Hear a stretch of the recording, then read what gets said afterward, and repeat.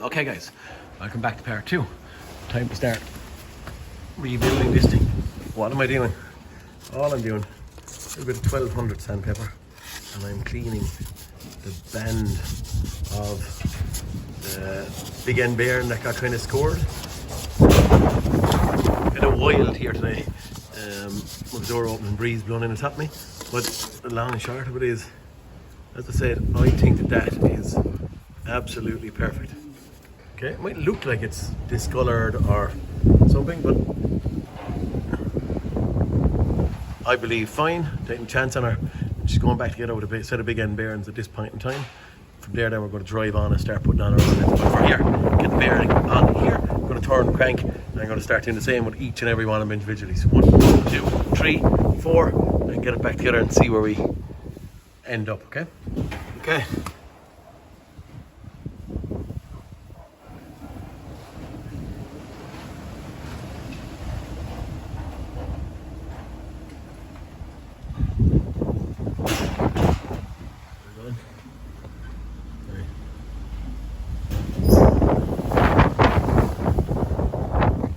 Looks on the camera like there's marks on them, but you can't feel anything whatsoever. Now the camera's probably highlighting it for me, which is a good thing, but I be honest, I think they're perfect. I'm going to get the big ends in it. Just see, as I said there, I'm going to put in one at a time and turn the engine and just see where we're at. On reassembling, guys, just make sure that the caps are clean and dry and there is no oil or anything in there. The bearings themselves have no actual lock and tab things on them, so all you'll do is I'm just pushing the bearings in flush with where the caps are broken and cracked and getting them central. Then what I'm going to do before I reassemble is just put a little kind of a generous serving of engine oil in and on the bearings, and also I'm going to do the same on the other bearing and on the crank when we're actually going to reassemble this. Okay guys, bearing in is number 3 I'm on now. Number 4 we have back on. Engine is turning. The bearing is sitting fairly central and looking the way it should do, okay? Just to show cap going to go on to number 3 now. What I'm doing, guys, is sitting the bearings in with a little sliver of oil on it, and I'm kind of oil there somewhat not fully pushed in. I'm getting the gap kind of right here, and then when I'm happy with it, I'm actually just pushing my bearings into place, okay? And that's exactly what I'm doing. Conrod is pulled down into place, and again, lots of oil on it. Put another little sip of oil on our tray. I'll just show also, sorry, just before we go, the original bearings are standard STD, and the new bearings have the same standard size. I don't know if that light is flashing. I think it's the light on my phone. Just to show that they are the same standard bearings because it's the standard size crank in it. Okay, we're up and on to our last one now, number 1. Okay guys, I have the new bolts and bearings sat in place, and there's the tightening Torx farm. I ran them up kind of hand tight, and at this point in time I know my engine spins, but I'm going to start and I'm going to go through 1, 2, 3 and then 90 degrees and stage 4. So they're the bearings, the Torx for bearings. Rest of the Torx on a rebuild of this, lads, I'm not going to show you. I'm probably just going to drive on and get this thing done, but you'll get the gist, and they're all relatively small and easy enough after that. Okay guys, next angle is to get that aluminium tray up on my engine block. Do the sealer. It's cleaned off both the engine and the piece of steel, and sealer around there, so ready to be excuse me, fed up onto it now. Next thing I'm going to do, guys, is throwing on my seal on this side for no reason other than just it was looking at me, and I won't have to take it off again. So in we're going. I'm also going to run it. I probably shouldn't. A little bead of sealer around here. That little rubbery, whatever you want to call it, fit by my thumb. Should seal it, but I'm going to put a little sliver of it on. Also, this plastic piece, in theory, fits up on the end of the crankshaft, and it should push in with that plastic piece in place and slide in and over the crank end itself, okay? So that little plastic thing is a necessity to actually fit the seal, okay? It's a leathery kind of a sleeve that's in here, and they get caught if you don't leave that in place, okay? Stick it on. Plastic thing in place, sat it up, 2 hands, and then you have fast, and on it went, okay? Now at this stage, I can take off this little thing. It says installed rider, whether that's out around here or here, I don't know, but I put a little silver sliver of sealer, and I had a squirt of oil on the top of my finger and I ran it around there first, so I don't know whether that's right around, but anyway, for me, that's good enough. I'm continuing on at this side, and I'm throwing my bolts on my flywheel. I have a bit of thread lock in there, and the picture image that I gave you of the torque settings there, it is stuck on it. I opened up actually the flywheel stuff, okay? Carry on, get the rest of our stuff torqued, and after a thorough examination of our disc and our pressure plate, I'm just going to leave them alone. I'm not going to replace them. They're actually quite good, rivets good, everything inside them, it seems to be good and clean. What I am doing is I am, just because of the fear, you know, when you have a gearbox and stuff in, I'm changing this hydraulic release bearing. Just purely, I've seen things to go together, and it takes 10 minutes to change it now. It'll take me 5 hours or 6 hours, maybe even 8 hours, I don't know, at a later stage. So I'm getting this gone just because of the unknown.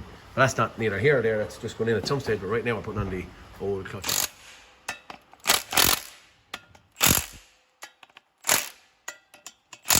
I'll just run them in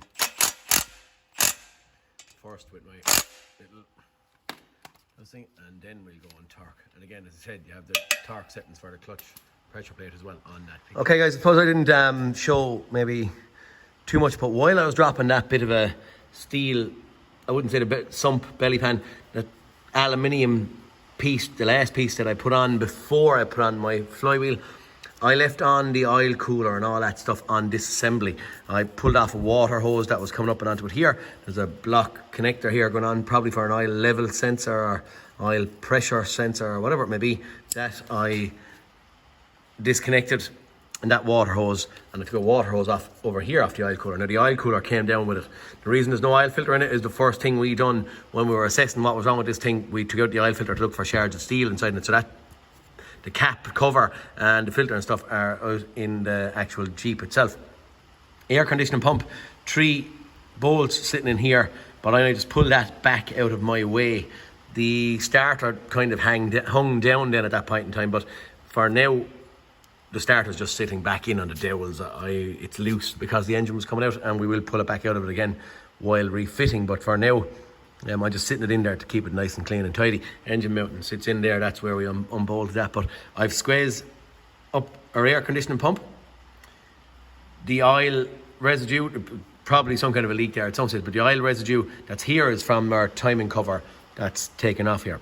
Going to get on a few clips and get this side reassembled. I might put on these hose clips and stuff before I got my timing chain on the front. What I'm doing is just kind of closing it up for my own sake, to have as much back together as possible, so I don't, I suppose I'm pausing there, so I don't get myself confused with bits everywhere. So I'm putting what I can back together just to keep it, I don't know, as easy as possible. This is not something that I do. This is not my forte, as in I don't be at engine rebuilds or big end bearings or any of that kind of stuff. So look, anyway, here we're going. We're simplifying it as much as I can for myself. So stick on these few clips and then we'll head up and into our timing chain stuff, okay? Okay, timing chain procedures. A couple of notes down the side, and there's a little markings here. There's a special tool for locking the crank. I'll take a picture or a screenshot of that, or sure, you could even pause, I suppose, at this point, and you will see the most what you want. There's a little locking tab. To get back to tension, there's a little special locking tab here. It just states use a tool that's going to work to release the locking tab. So look, hopefully that's going to be easy enough. Right now we're going to go and get the chain. We have to pull off the main timing chain first before I change the oil pump, and then the oil pump is off it, but I'm going to put the oil pump chain back in again before I put on this, and then I'm going to throw that on. There's no timing marks on the actual pump chain. It just has to rotate to build up oil pressure. Simple as enough. We're going to just get into it and get our swapped over. Okay, so here we are. I don't have the locking tab or the locking tool for the crank pulley, so all I'm doing is I'm just throwing 2 marks. I lifted off the chain for the oil pump. I've marks on the teeth coming out and on the crankcase here. All I'm doing is just going old style, just purely because of necessity now rather than actually stopping and waiting. On the pump, there's a little indentation, and I don't know if you can see it, but that link is darker. That cap just there. Up here, little pointer, little arrows, and again, the little darker link is just there. Same thing over here. I've coloured in the arrow, and then we have that little darker colour link again. Now, there is little marks in here for locking the camshaft. You could just put into drill bits or some kind of bolt or something that's going to hold it tight, as a lot of us would have to do on a regular basis. But for now anyway, I'm happy. I've marks here. I'm going to throw in 2 little tabs in here, and I have that to be lined up with a little darker links. Okay, that's it for me. Get the chain off it and get the new chain. Okay, 2 chains are off it. Had to pull off 2 little couple of bolts out of the top cam pulleys. The chain came off around the high pressure pump, and once that was out, the little small chain fed out relatively handy. Oop. That was nearly as easy as just send it in there. Okay, so that's our new ones. New chain. There's our 2 old ones. Maybe this has been overly cautious, but just I have heard of chains breaking and snapping on these, so I'm just being cautious. The next thing is to go back in with our other new chain, and on a visual I can see that that's the dark link there, and there's one there and one there. Yeah, there. Okay, time to start feeding in this chain. Anyway, guys, we have the other one done. Once it's this chain in and back on and doing as it should do, then I'll go along and I'll stick on my oil pump at the bottom. The way I took it apart was to hang the pump into the chain. I actually pulled off that guide that you can see here, and this is a little tensioner for the oil pump timing chain. Okay, but it's a really simple little thing. It's only a little bolt pops through here into that, and that's just a spring loaded item for the chain. But just cautious. That's the only reason I'm changing these, just purely cautious.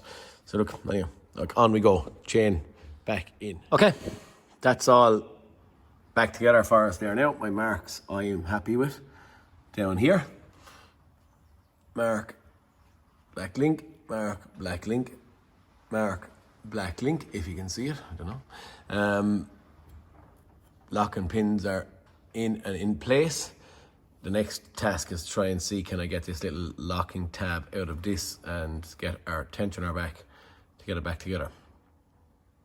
Guide bolted in, 2 bolts back in these guides, and yeah. Okay guys, this bit is very simple. It's only just a little lift of a screwdriver in there.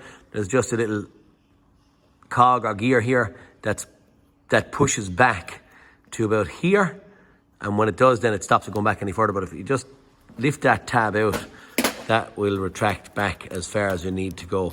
Okay, that's now the safety tab stopping it from going back, but it's quite easy, so I'm going to carry on. You don't need to see any more of that. Just put this little thing in there, and if you need to, just hold the yoke forward, but it pushes back simple. Okay guys, I put it back anyway. I found a clip on the top of my toolbox that went in there. This is small enough to go in.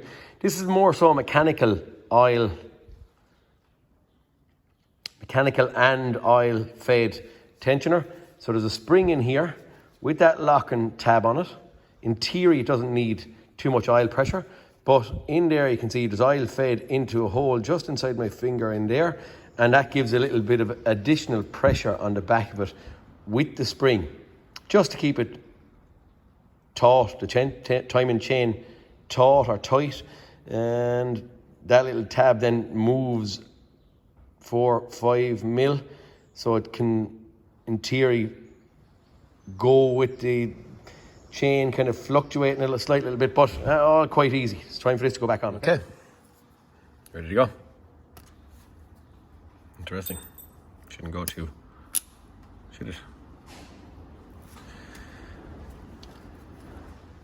I was going to say, shouldn't go too far. It doesn't have to go too far, to be honest with you. As I said, the oil pressure is going to aid the pushing of the plunger forward. The spring is going to do it of its own accord. And according as I turn the engine clockwise, and I put in these bolts only for ease of turning, according as I turn these, you can actually see it. It took one click there now.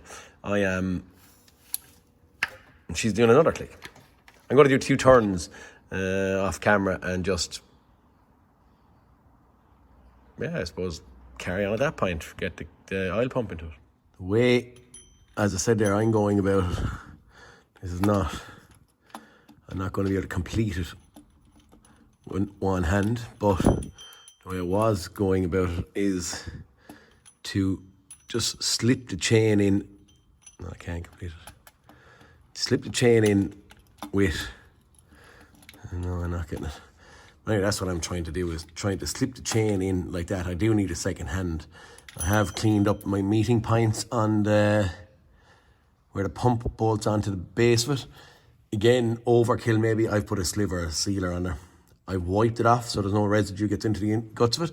But that's what I'm going to do, is sit my pump in and then throw in a couple of bolts. Okay, it definitely wasn't a one-handed job anyway, because I had to pull the tensioner back to get in at it. But it's up there. There is little adjustable slots or holes here on the pump. What I believed them to be for is that I can slide it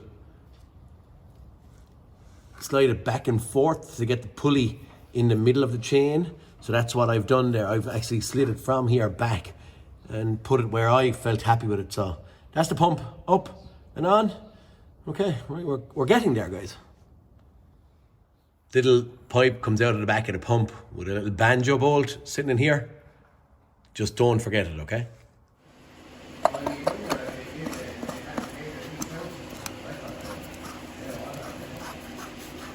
The oil filter going on. Heading up is my oil pickup, guys, and I have cleaned it.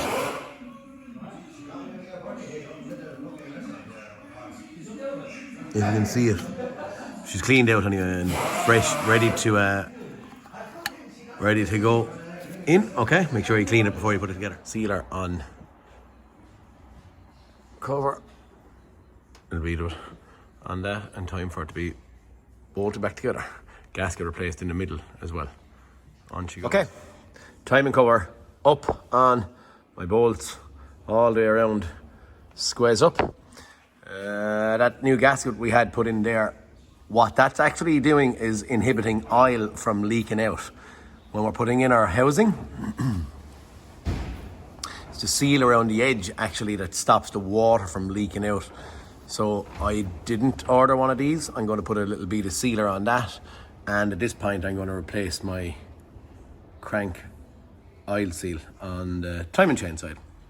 That's kind of it. We're starting to get back together. I had to loosen off the water pump there in order to get in at this bolt, so we'll have to put in a couple of bolts into that as well and push them back in, and then we'll be heading down. The sump is still off, so we'll have to, after this pint, get down and go looking at our sump.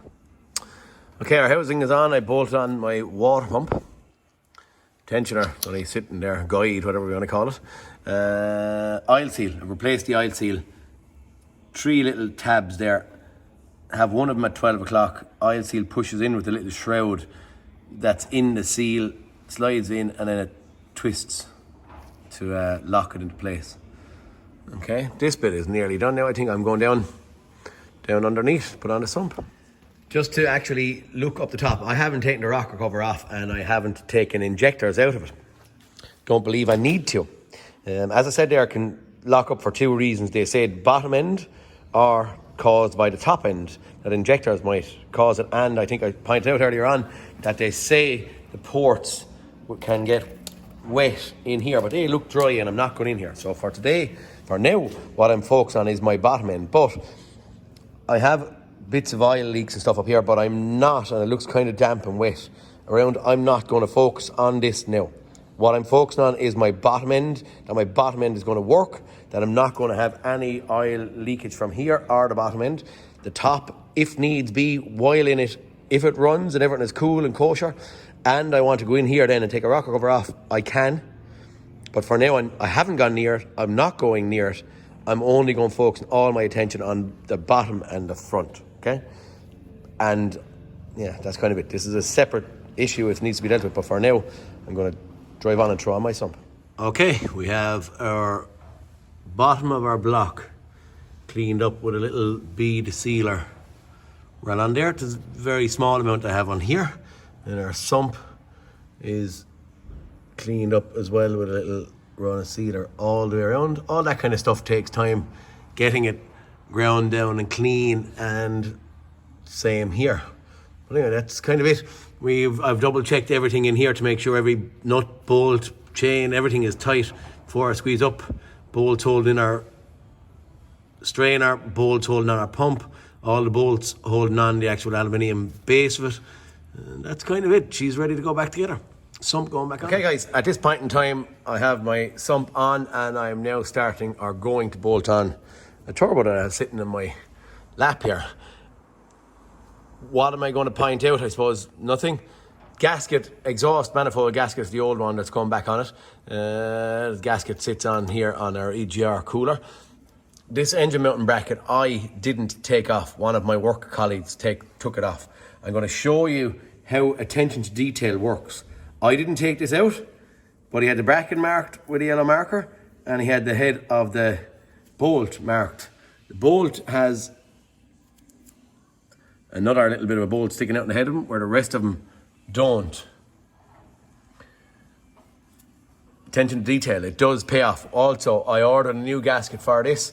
I have it here. It did split or break when we were disassembling it here. I'm after taking this bit of a gasket off it, cleaning it up, and I cleaned it while standing up because you don't want any debris going into the actual turbo itself. And that's it. Turbo is going back on at this point in time. Couple of bolts stuck in our exhaust manifold slash turbo AGR cooler gasket going in. A couple of bolts to run into that there now and squeeze him up. Last thing you want when you're getting these things together is to have oil leaking from somewhere, or like that bolt. It was Alan actually from Dacia Diagnostics that done that marking, works here. Check out his channel, Dacia Diagnostics, D-E-I-S-E. Diagnostics will surely spell D-I-A-G-N-O-S-T-I-C-S. But Alan anyway from Dacia Diagnostics done that. So the attention to detail is what will trip you up. When you put in an engine, I suppose we all know, you could have an engine put back together, put in, and all of a sudden there's some whistle or some noise coming out of somewhere, or a drop of oil leaking out of somewhere, or something like that. It's the attention to detail, like these silly little things, or that bolt that could get you caught if it was over here. You might be 2 hours trying to move this thing around while it's sitting in situ. Now, the one thing with the Ranger is there's plenty of room there, but you can get caught in awkward spots. The engine mounting on the other side you can't get in at, but I'm going to look for that for now. We're going to carry on throwing a couple of bolts. Okay guys, this thing is back together and as complete as we can get her at this point in time. So I'm going to start getting her set up and getting ready to lob her back in and see where we end up. Okay guys, before we start off our upper engine, as I said there, I was going to change the release bearing. So I have the new one gone in there. She's kind of drip feeding in before I clip it together at this point in time. I'll show you the old one in a minute, but it doesn't really matter, but it's just safer to have it in there than not.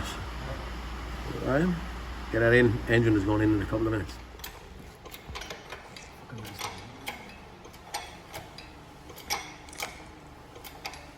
Getting set up for a bit of fitment, guys.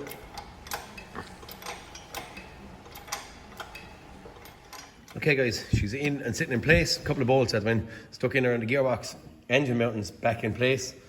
someone had put some kind of Radwell or something in this stuff thing at one point in time. Give it a wash, give it a clean out, we'll flush the system. But for now, we're starting to bolt in power steering pumps and a couple of bits and pieces over this side. Alan is actually over on that far side, and yeah, we're starting to close it back up, stick everything back together as it should be.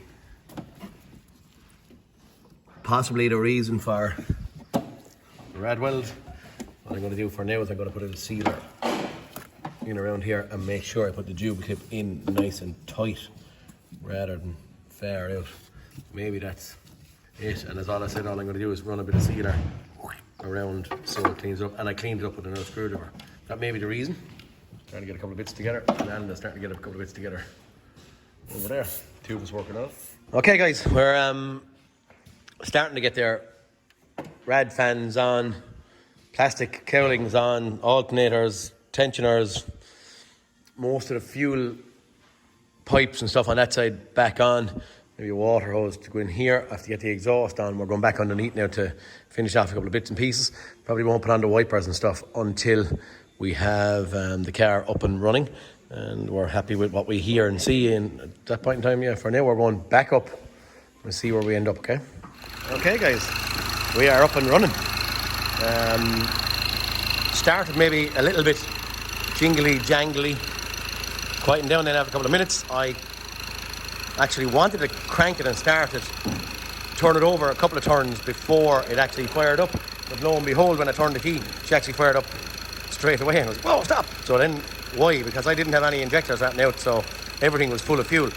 Anyway, pulled off the injector wires at that point in time, cranked it a couple of seconds, 10, 15, 20 seconds, whatever it was, just to get oil lights going off and stuff. Put it back together, turned the key back on the injector wires, and she's running.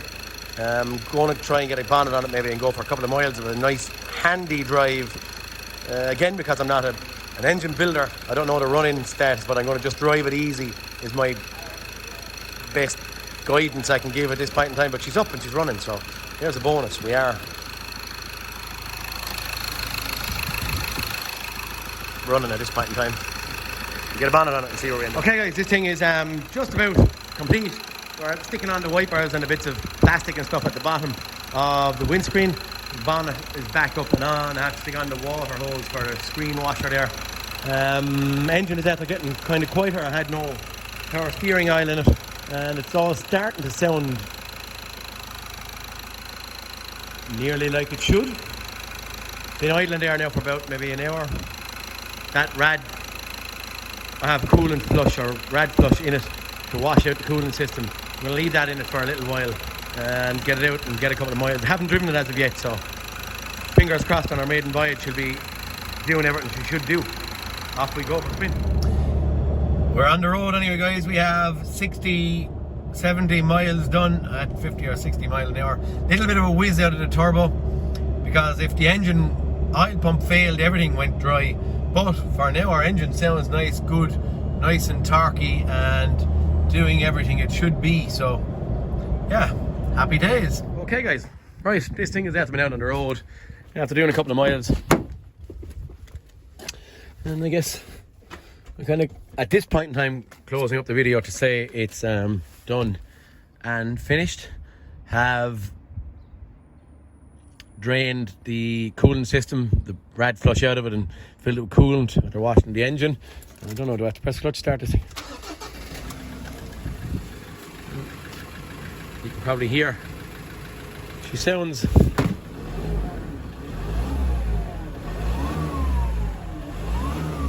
nice and sweet, and everything is as it should be.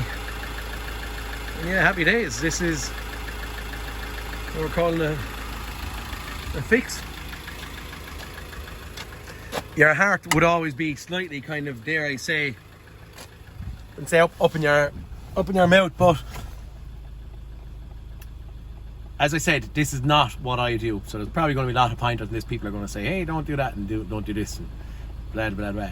Anyone that's in the trade and are going to know the trade are going to know that sometimes you do what you feel is right, and if that's or what suits the situation. If you're stuck for something and something that has to be broken or whatever has to happen, you do it just in order to get the car completed, back to the customer, and you go with your gut. You can't always do it officially by the book and everything, I suppose, as it should be, and you'd always find something that goes wrong, and you kind of, not always, but you can patch up things, you know, and say, oh geez, that won't be seen, you know, or whatever it may be. But on this one, maybe my thought process of doing the big ends in there and the assumption that the top end was okay could be wrong. I know the owner, as I said, I know what happened. He said he was driving around the bend, oil light came on, 30 seconds later he said he pulled in, car was still running, but it sounded goo, goo, goo. My guts were, it stopped pumping oil. It was too fast for anything else to go wrong other than possibly the big end bearings. And right now I'm feeling confident, dare I say. Back together, it's going. I've seen what happens to these. I know that oil pump's breaking them. It's kind of learning all the way along the way. I've said to a couple of commenter lads that every day is a school day. Well, today is a school day because I'm going to give them a couple of days working on this, and it is done without needing to change an engine. Now I do, and I am aware that the injectors do go on them and that they do bother pistons, and sometimes they can seize, as we said, in the cylinders, but for now that wasn't our issue today. So it was big end bearings, the oil pump failed, and that was it. Look, hopefully it's of some use to someone. Please like and subscribe if my hints and tips are any good to you, and share.